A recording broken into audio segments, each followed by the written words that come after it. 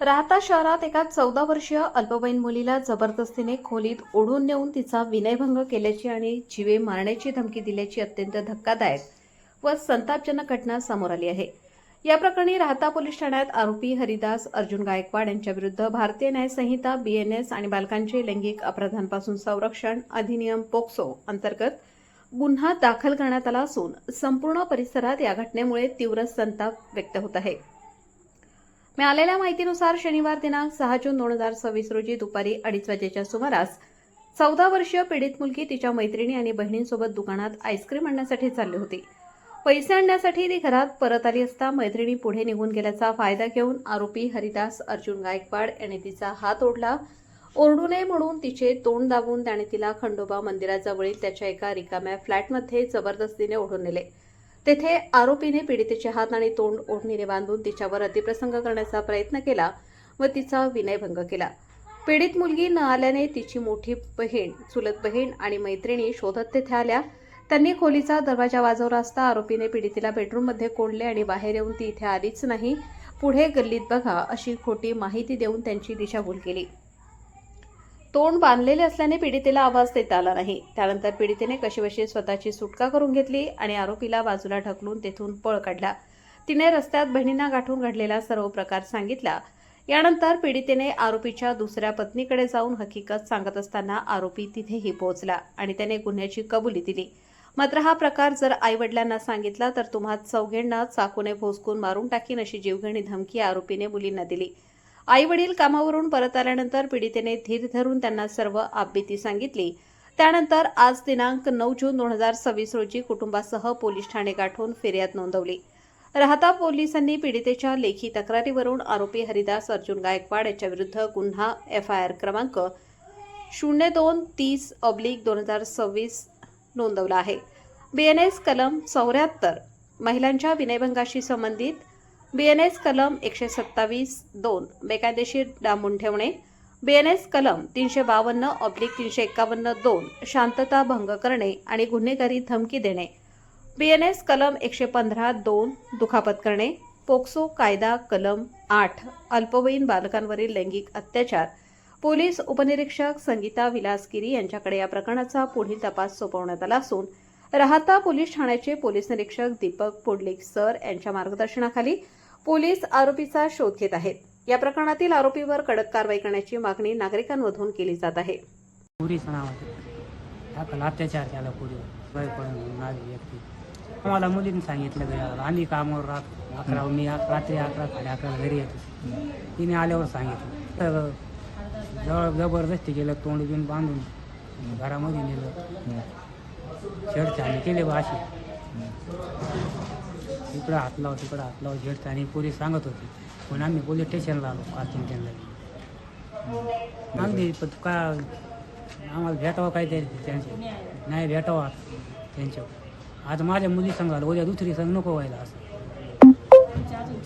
अजून 4 पोरी आमच्या। मुलीची आत्या आहे, मुलीच्या आईने ना त्या अगोदर सांगितलं नाही लवकर, त्या पोरीने तिला दमदाटी दिली। त्या पोरीने ना 2 दिवसांनी सांगितलं। त्या दुकानात चालल्या होत्या मेहंदीचं कोण आणायला, 3 पोरी पुढे गेल्या आणि ही मागच राहिली।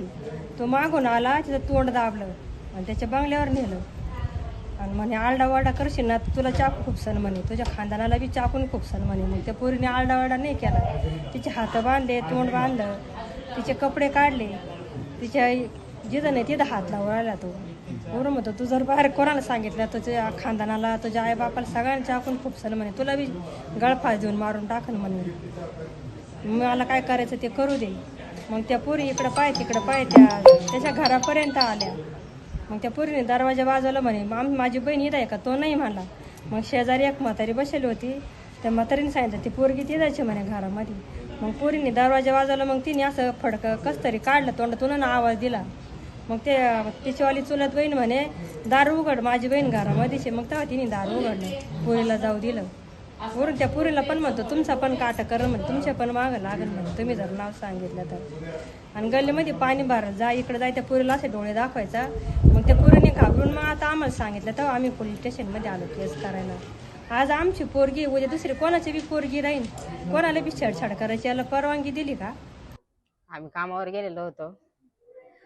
आम्हाला अशी खबर माहित पडली आम्हाला कामावर का तुमच्या पोरी कामावर आला.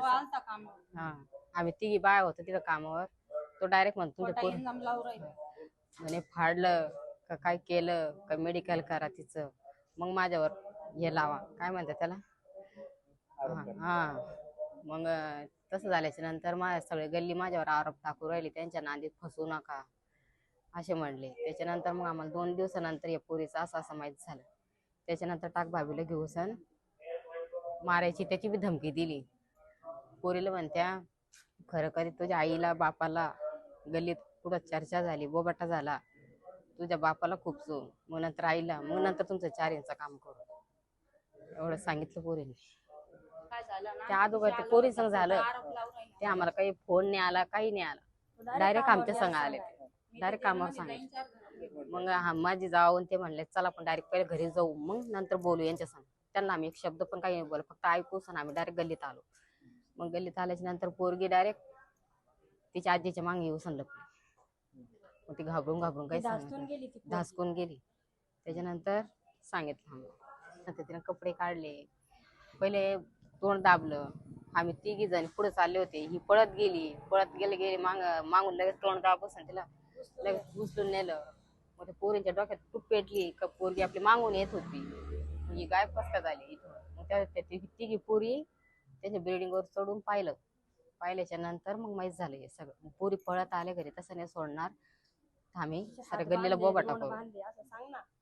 हा, हात बी बांधले तिच्या आधी, हात बांधले, तिचे कपडे काढून टाकले. मग त्याच्यानंतर तिने असे लोटून त्या अंधाऱ्या घरामध्ये तिला काहीच दिसत नव्हतं, तसेच कपडे बिपडे घालून पळत आले. ती डायरेक्ट तिच्या आजीच्या मागे जाऊन बघ. आता प्रशासनाकडे हीच मागणी का दादांनी सांगितलेलं होतं का जे मुलीची छेड करतात त्याला त्याची दिंड काढायची आणि JCB लावून त्याचं घर उद्ध्वस्त करायचं. हे पहिलं तर दादाचं बोलणं आहे. आणि मी सांगते का एवढ्या पोरीवर, म्हणजे ती आज 14-15 वर्षाची मुलगी, तिला रूममध्ये कोंडून त्याच्या संग काय नाही का घडलं ती पोरीनं सगळं सांगितलेलं आहे. अशा नरधामाला म्हणजे असं सोडायचंच नाही, त्याची दिंड काढावंच लागणार आहे.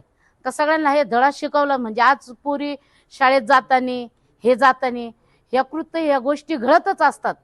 आणि ही गोष्ट कधी दाबून ठेवली असती तर दुसऱ्यांचं पण म्हणजे तो असा आहे की म्हणजे पैसे देऊन महिलांना, म्हणजे एखाद्या गरीब व्यवसाय करणारे त्यांना पैसे देऊन आणि त्यांचं तोंड दाबायचा प्रयत्न करत होतो. आणि हे घडली गोष्ट शनिवारी, पण त्यांची हिंमत सुद्धा होत नव्हती का ते पोलीस स्टेशनपर्यंत येतील म्हणून. ते माझी वाट बघत होते. आणि मी नगरला असताना मला फोन आला की अशी अशी घटना घडली. मला यायचं होतं 10-12 तारखेला, पण मी त्यांचं ऐकून मी आली. तर हे लोक रात्री लपत छपत 11:30 वाजता माझ्यापाशी आले घरी. मग म्हटलं मुलीला आणा, तर ती झोपेल होती कारण ती खूप घाबरलेली हादरलेली होती. मग त्यांची आई आणि ते सांगितलं की काकी अशी अशी घटना तिच्या संग घडली. तर म्हटलं मग त्या पोरीला आणा, ते सगळ्यांना आणा, मला विचारून घेऊ द्या. मग त्याचे मैत्रिणी, त्या पोरी, ते सगळे आले. मग त्यांनी मला सगळं सांगितलं काकी असं असं केलं आमच्या संग. आणि आम्हाला त्यांनी धमकी दिली होती का तुम्ही कोणाला सांगितलं कुठं गेले तर तुम्हाला जीवानी मारून टाकणार. मग काकी आम्हाला म्हणे न्याय पाहिजे म्हणे. ती पोरगी रडायला लागली तिची आई. म्हटलं चल. तो आला माझ्यापाशी. तो येऊन म्हणतो की भाभी तुम्ही पोलीस स्टेशनला जाऊ नका, आपण इथं मिटून घेऊ. आणि असं काय केलं तर म्हटलं मिटून ये ना तर मग पोलीस स्टेशनला चल, तिकडे मिटून घेऊ, काही खरं खोटं आहे ते समोरासमोर होऊन जाईल. म्हणजे अशी गरीब लोकांना असं आहे करत असेल आणि त्याला पाठीशी कोणी घालायला येऊ पण नाही. आणि त्याची बाजूने त्यांनी लईच म्हणजे आत्तापासून नाही, म्हणजे ते नाशिकचं ते अशोक खरात काय ते बाबा आहे ना, त्याच्यापेक्षा हा डबल आहे. म्हणजे यांनी कोणालाच सोडलेलं नाहीये. तर आमची प्रशासनाला इतकंच आहे का त्याला तातडीने अटक करावा आणि जशी दिंड पहिले मागं काढली होती ना तशी दिंड त्याची पण काढावा, ही नम्र विनंती प्रशासनाला.